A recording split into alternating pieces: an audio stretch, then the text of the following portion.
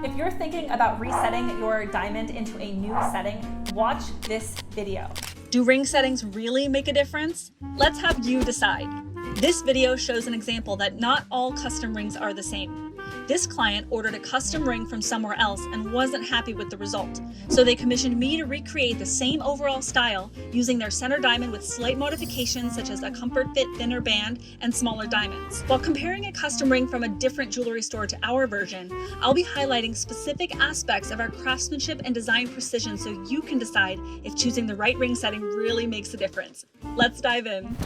You can see that the bridge is very flat and a little bit thicker than it needs to be, but overall it's just very flat rather than sculptural. So then when we turn it this way, the area underneath the halo on the bridge, that cathedral portion, is just very, very thin for this particular type of setting. Even the shank is a little bit too thin. So by making that shank a little bit thicker and then making it comfort fit, that is going to be much more comfortable between the finger, but still also add that structural support. If you look top down, because those diamonds on the shank have spaces or gaps between them, so you'll notice that the diamonds just get a little bit darker because they have that gap that's visible between them. And also the diamonds just aren't the highest quality if you're looking at a ring where you really want it to be set incredibly well and brilliant. But if you look at this one, the diamonds just kind of get a little bit gray and a little bit more dull and muted from the top view. Whereas my goal is to make sure that from all angles, they have incredible brilliance and sparkle. So if you also look at the side here, there are a lot of gaps between the diamonds, and that's also going to add to the darkening effect, minimizing the amount of brilliance on the setting. Another thing you'll notice is the gap in between the center diamond and that halo. Ideally, we want to minimize that gap as much as possible. So the same concept of minimizing the gaps between the diamonds on the setting, how that's going to maximize brilliance. Doing the same thing on that center diamond is really going to give more of a seamless effect. So just maximizing overall sparkle on the entire ring. I generally don't want to see the diamonds overhang the side of the band. Now, I realize this one was yanked over, so the metal is curving, but the diamonds still on this particular ring are a bit too close for my taste on this particular type of setting. You can just notice the diamonds, they're just not all the exact same size. For example, this one is a little bit bigger than this one, and this one's loose. You can see in the setting, it's just loose because this particular prong is actually not laid down over that diamond. It's just resting and sitting up, but it's not actually laid down, which results in a lot of snagging on your clothes, which is really not ideal because it looks like it's set, but if you're looking at it really up close, you realize it's not set. There's no metal actually covering it on that particular one, so it's loose in the setting. That's something that I really think is important to pay attention to because you want each diamond fully secure.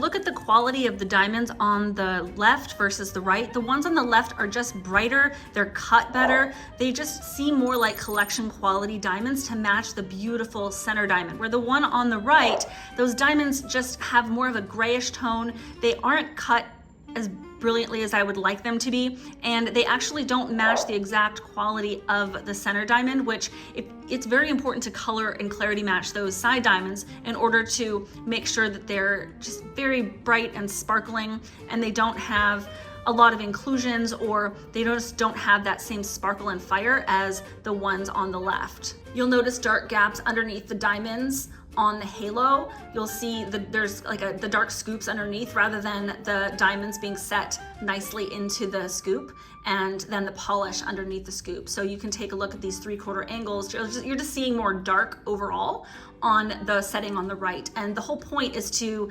maximize the whiteness, the light, the sparkle, the brilliance. And so everywhere on my settings, I'm really keeping in mind adding brightness and light rather than having any sort of darkness. I just want to minimize the amount of darkness that's on the setting. So you can see that the difference between a setting like this versus something like mine on the left, where every single angle, every single line on the ring has been considered.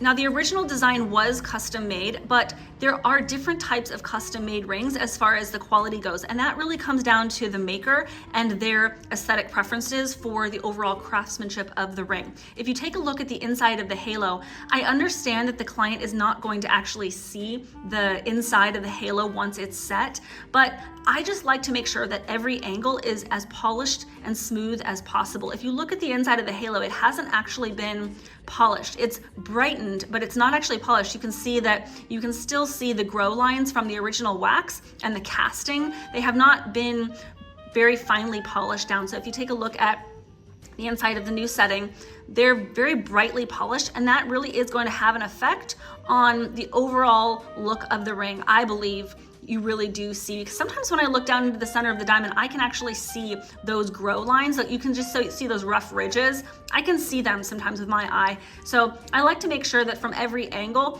even if the center diamond isn't in there, that it's going to be incredibly brilliant and sparkling and super, super shiny and high polished. But you want everything to be as polished as possible just for the overall brilliance of the ring. Looking at the side view, you will notice that the prongs are sticking upright, especially on the one on the left, because we have not actually set the center diamond yet. But focusing solely on the bridge, how this bridge on the left is nicely rounded and comfort fit, and it's also thinner. It doesn't have to be quite so thick as this one, and yet the wedding band is still going to sit flush next to the engagement ring, but it just has more of a sculptural quality than the one on the right, which is easier to polish from a manufacturing standpoint. It's faster to polish the one on the right because you just take the sanding stick and go across it a few times and it's going to be flat. But on the left, you need to just add a little bit more finesse. It needs to be more sculptural by hand in order to achieve this type of quality. Having dark gaps in between the diamonds is going to affect the amount of overall sparkle and brilliance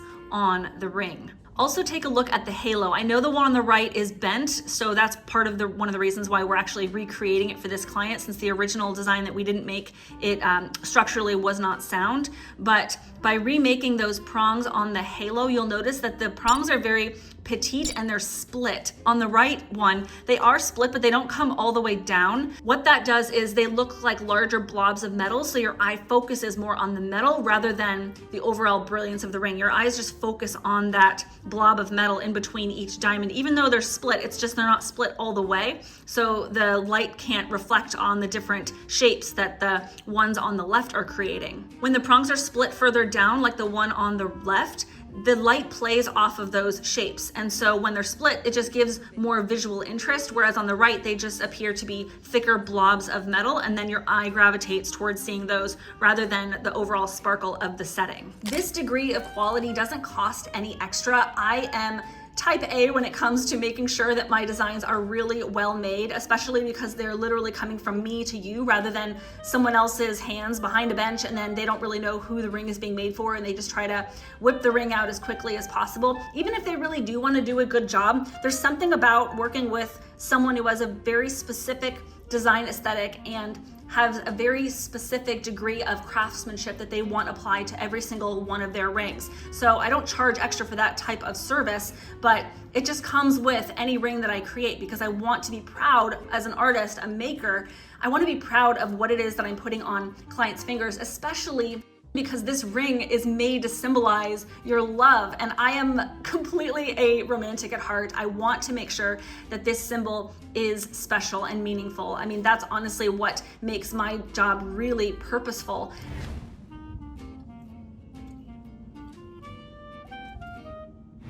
This is Vanessa from Vanessa Nicole, where I create custom diamond rings for clients all over the world. And if you're looking to get a custom diamond ring, I would love to hear about what your dream ring would be. So feel free to reach out to the studio, and I look forward to hearing what you're looking to make. Take care. Bye.